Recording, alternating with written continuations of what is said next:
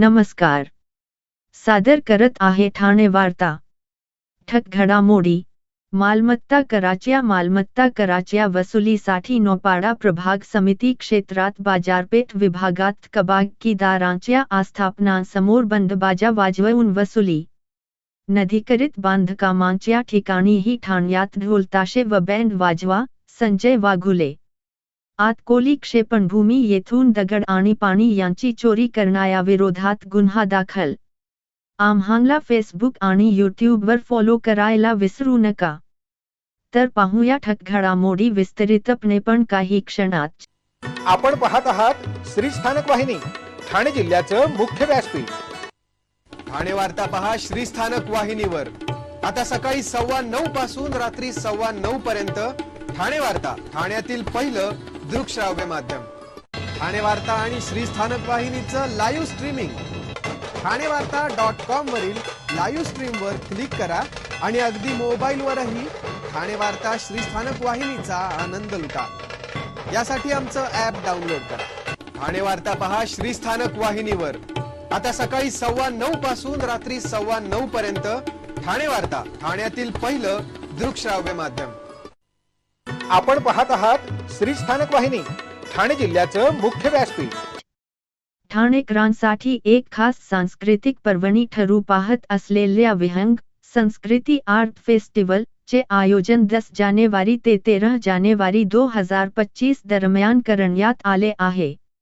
या फेस्टिवलचे उद्घाटन महाराष्ट्राचे उपमुख्यमंत्री श्री एकनाथजी शिंदे यांच्या हस्ते होणार आहे. या संदर्भात परिवहन मंत्री प्रताप सरनाईक यांनी आयोजित केलेल्या पत्रकार परिषदेत सविस्तर माहिती दिली. प्रताप सरनाईक यांनी सांगितले की या फेस्टिवलची सुरुवात प्रसिद्ध शास्त्रीय गायिका शुभा मुद्गल यांच्या स्वरांनी होणार आहे. या 4 दिवस चालणाऱ्या या महोत्सवात कला, संस्कृती आणि सर्जनशीलतेचा आगळा अनुभव घेता येईल. यंदा फेस्टिवलमध्ये कलाप्रेमींसाठी प्रसिद्ध चित्रकार राजा रवी वर्मा यांच्या लिथोग्राफी चित्रांचे प्रदर्शन भरवण्यात आले आहे. फेस्टिवलमध्ये विविध कार्यशाळा, नृत्य स्पर्धा आणि सांस्कृतिक कार्यक्रमांचे आयोजन करण्यात आले आहे.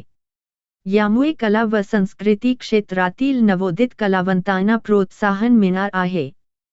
कार्यक्रमाच्या यशस्वी आयोजनासाठी स्थानिक नागरिक आणि कलाप्रेमींचा उत्स्फूर्त प्रतिसाद मिळत आहे. विदुषी आरती अंकलीकर टिकेकर, पंडित रितेश रजनीश मिश्रा, संजू राठोड, अभिजीत भट्टाचार्य, पंडित ब्रिजनारायण, केतकी माटे गावकर, पद्मश्री शाहिद परवेज, मिका सिंग, रणजीत रजवाडा आदी मान्यवर गायक व वादक यंदाच्या फेस्टिवलमध्ये आपली कला सादर करणार आहेत. तसेच कुचिपुडी, भरतनाट्यम, ओडिसी, मणिपुरी आदी शास्त्रीय नृत्यांबरोबर विविध राज्यातील लोकनृत्यांचा आनंदही रसिकांना येथे घेता येणार आहे. ठाणे जिल्ह्यातील जलजीवन मिशन अंतर्गत पाणीपुरवठा योजना पूर्ण क्षमतेने कार्यान्वित कराव्यात.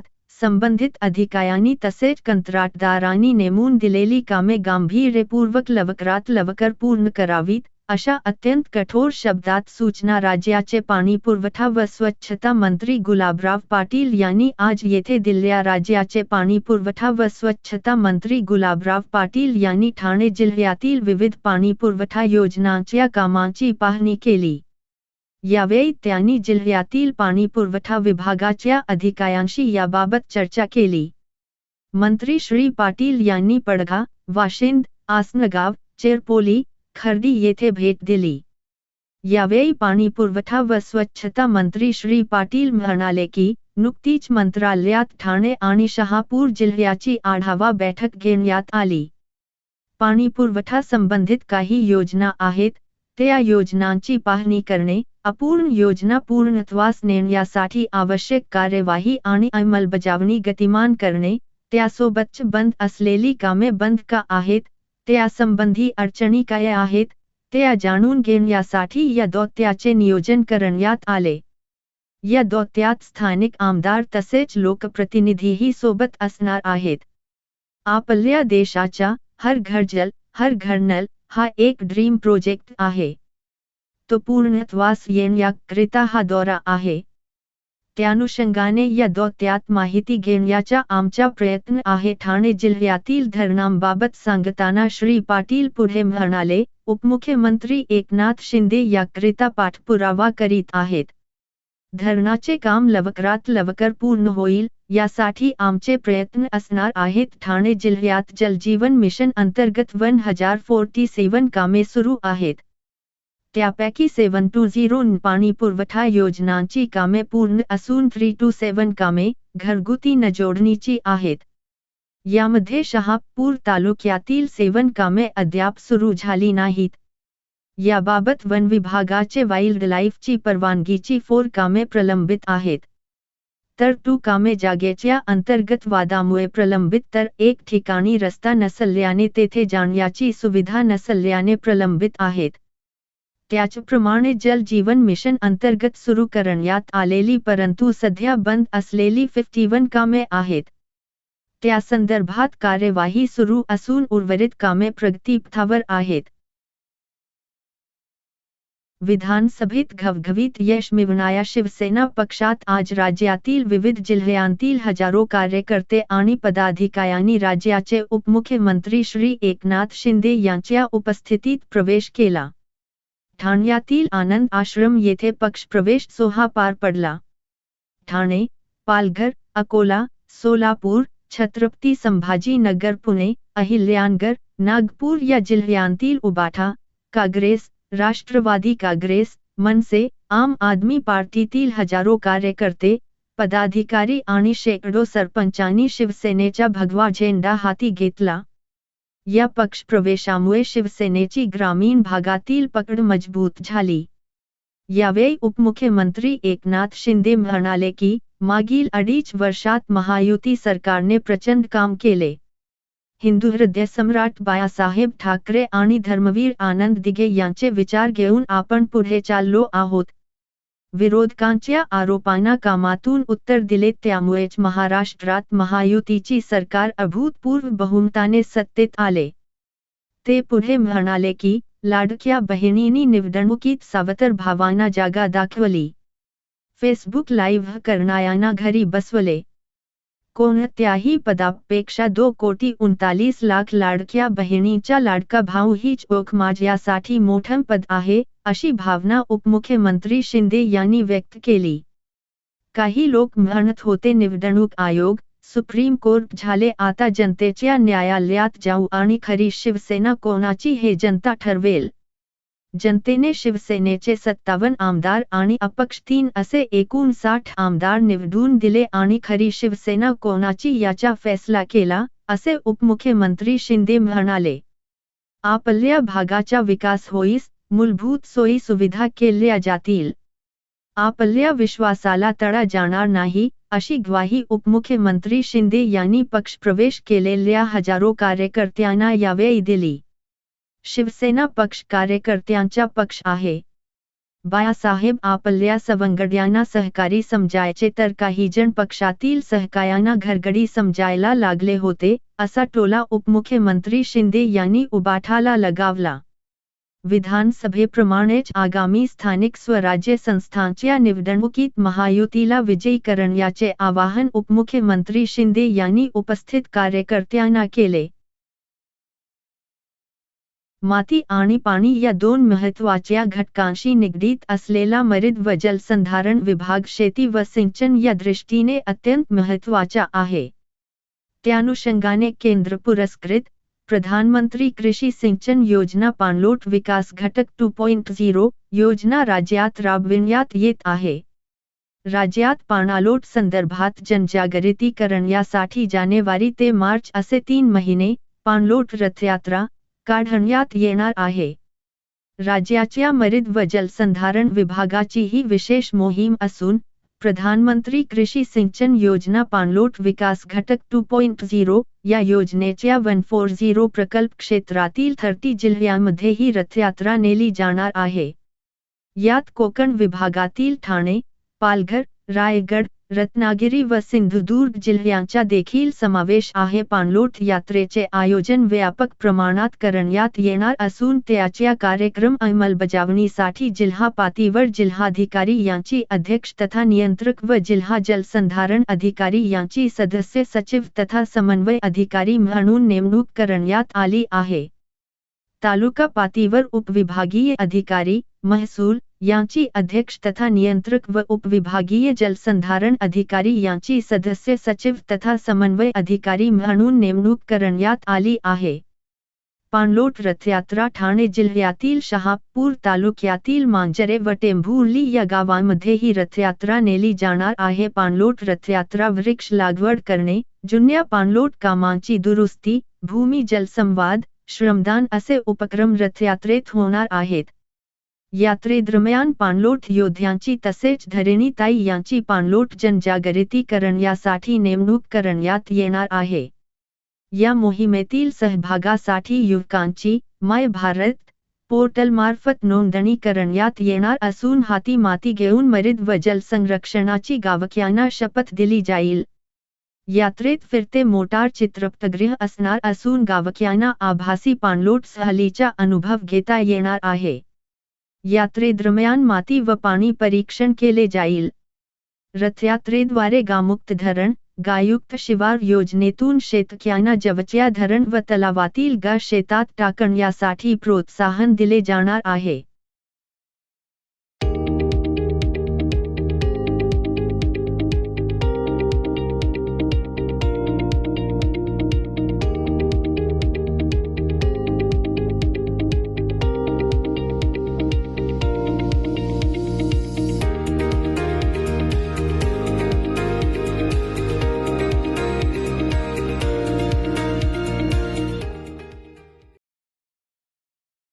ठाणे महापालिका क्षेत्रातील घनकचऱ्याचे शास्त्रोक्त पद्धतीने व्यवस्थापन करण्यासाठी भिवंडीतील आतकोली येथे क्षेपणभूमीसाठी भूखंड देण्यात आला आहे.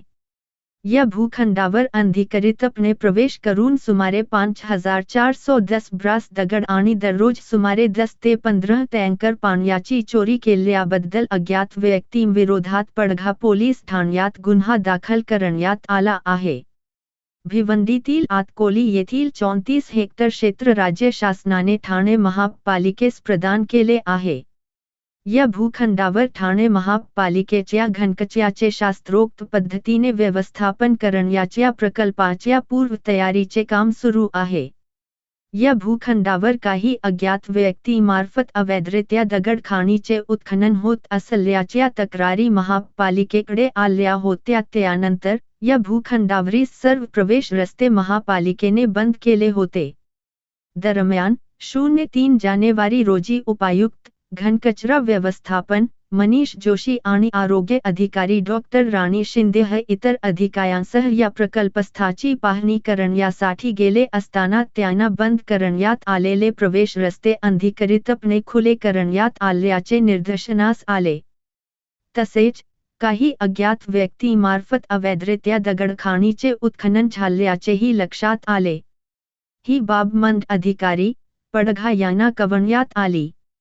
मंड अधिकारी संतोष आगिवले यांनी या स्थाची पाहणी केल्यावर अंदाजे 5410 ब्रास दगडाचे उत्खनन केल्याचे लक्षात आले. तसेच या भूखंडावरील नैसर्गिक जलस्रोतातून दररोज सुमारे 10 ते 15 टँकर पाण्याचीही चोरी होत असल्याची बाब परिसरातील नागरिकांकडील माहितीतून उघड झाली. त्यामुळे महापालिका आयुक्त सौरभ राव यांच्या निर्देशानुसार दगड उत्खनन आणि पाणी चोरी यांच्याबद्दल सहाय्यक आयुक्त घनकचरा व्यवस्थापन सुनील मोरे यांनी पडघा पोलीस ठाण्यात तक्रार नोंदवली.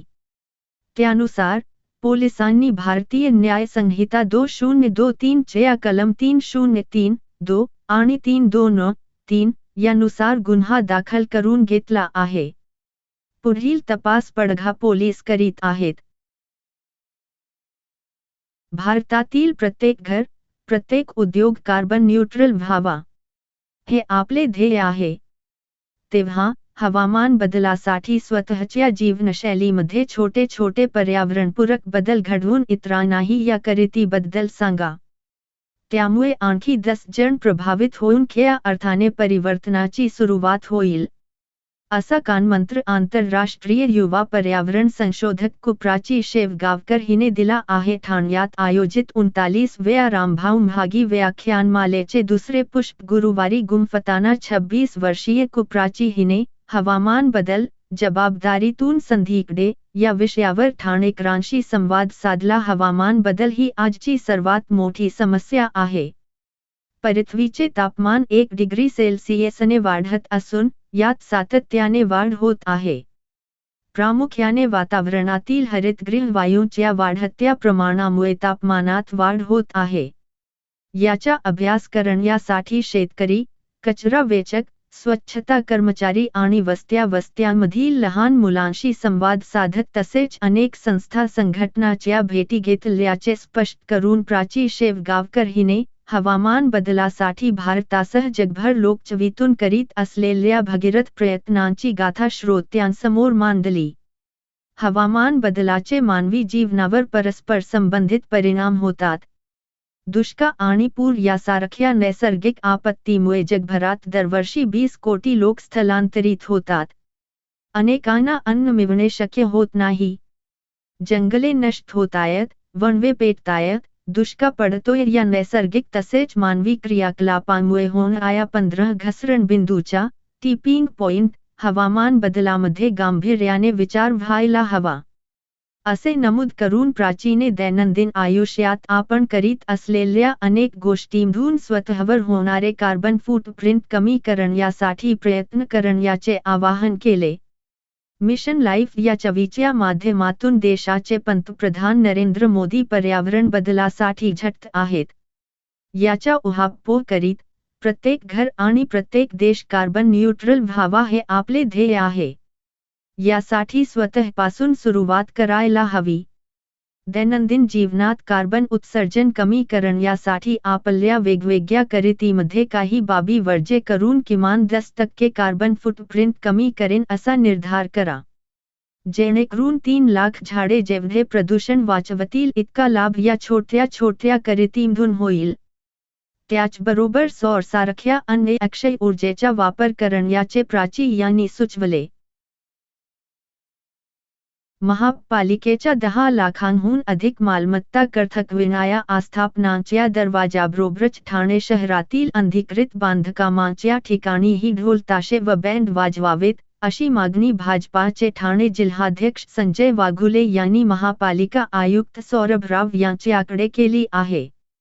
या निर्णयामुळे सामान्य नागरिकांना अनधिकृत बांधकामांची माहिती होण्याबरोबर माफियांनाही काहीसा आळा बसू शकेल, असे श्री वाघुले यांनी पत्रात म्हटले आहे.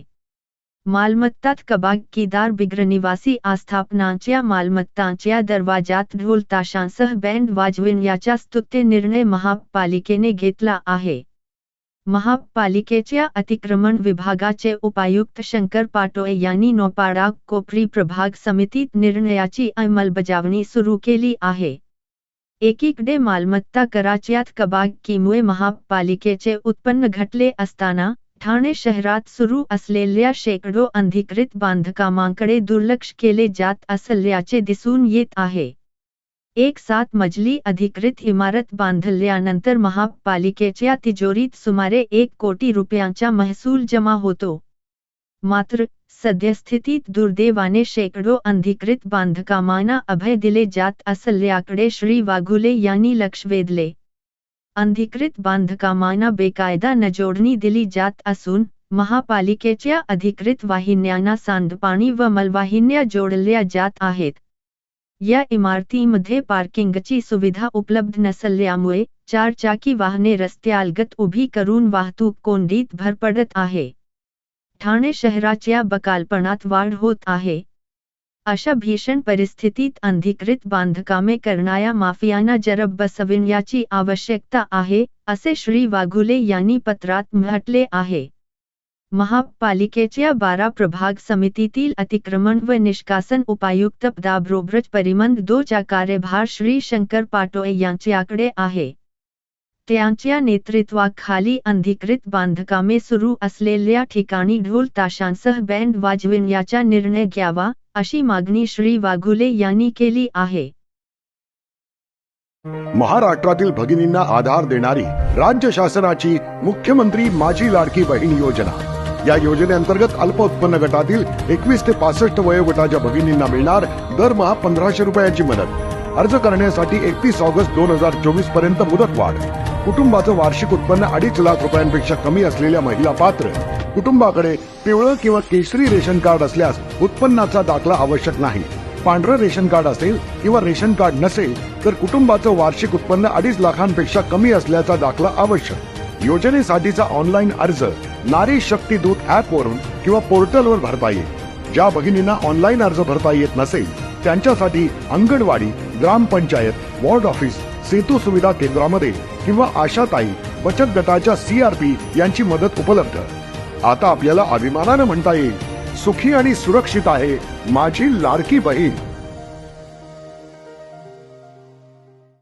आपण आपले कार्यक्रम किंवा बातम्या आम्हाला ठाणेवार्ता@gmail.com या ईमेलवर कळवू शकता. ठक घडामोडी शेवटी पुन्हा एकदा. मालमत्ता कराच्या वसुलीसाठी नौपाडा प्रभाग समिती क्षेत्रात बाजारपेठ विभागात कबागीदारांच्या आस्थापनांसमोर बंदबाजा वाजवून वसुली. नदीकरित बांधकामांच्या ठिकाणीही ठाण्यात ढोलताशे व बँड वाजवा. संजय वाघुले. आतकोली क्षेपणभूमी येथून दगड आणि पाणी यांची चोरी करणाऱ्याविरोधात गुन्हा दाखल. या होत्या ठाणे वार्ता. आपली एखादी बातमी बघायची राहून गेली असेल तर आपण ठाणेवार्ता.in या आमच्या संकेतस्थळाला किंवा आमच्या फेसबुक पेज संच यूट्यूब चॅनेलला अवश्य भेट द्या. तर मग पुन्हा भेटू पुढील बातमीपत्रात फक्त श्रीस्थानक वाहिनीवर. धन्यवाद.